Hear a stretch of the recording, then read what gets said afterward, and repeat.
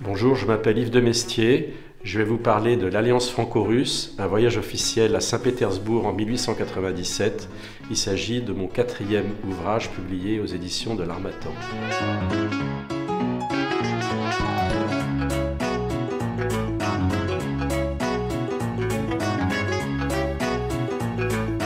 Alors, ce livre parle de l'Alliance franco-russe.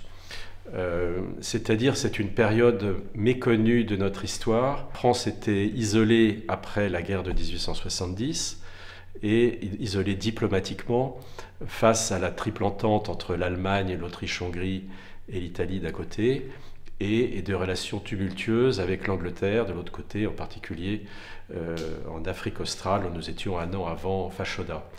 Et à cette même période, la France était profondément divisée parce que l'affaire Dreyfus battait son plein. Du côté de la Russie était également isolée et sans alliance, et elle avait des relations très anciennes avec la France depuis en fait la visite de Pierre le Grand à Versailles en 1717. Période amitié qui avait connu des hauts et des bas, mais qui était ancienne.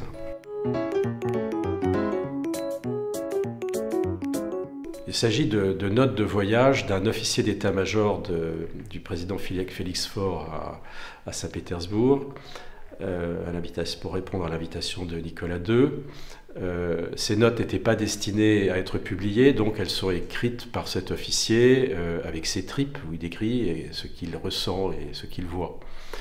Et c'est très intéressant à plus d'un titre, notamment pour un certain nombre de paradoxes. Tout d'abord, il est très impressionné par l'accueil qui lui est réservé à Saint-Pétersbourg. C'est somptueux, c'est magnifique.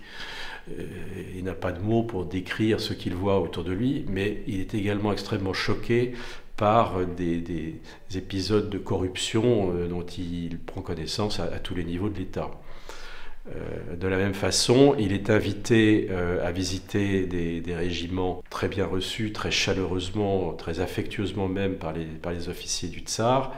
Il y a quelques épisodes assez burlesques qu'il raconte avec beaucoup d'humour. Mais en revanche, il est effondré devant le mauvais équipement des troupes qu'il visite et devant la faible qualité du commandement. Ça doit être rapproché de l'atmosphère générale qui prévalait pendant cette visite.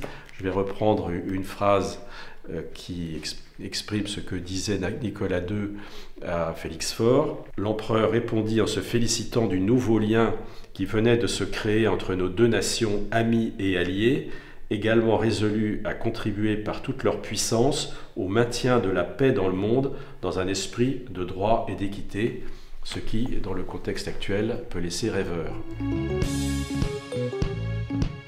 Alors pourquoi lire ce livre ? Eh bien, ce livre s'adresse essentiellement à des personnes qui sont intéressées par les relations internationales et la science politique pour rappeler à travers ce très court ouvrage et parfois anecdotique et plein d'humour que les relations internationales doivent s'analyser sur le très long terme et en tenant toujours compte dans une relation avec un grand pays de la culture et de l'histoire.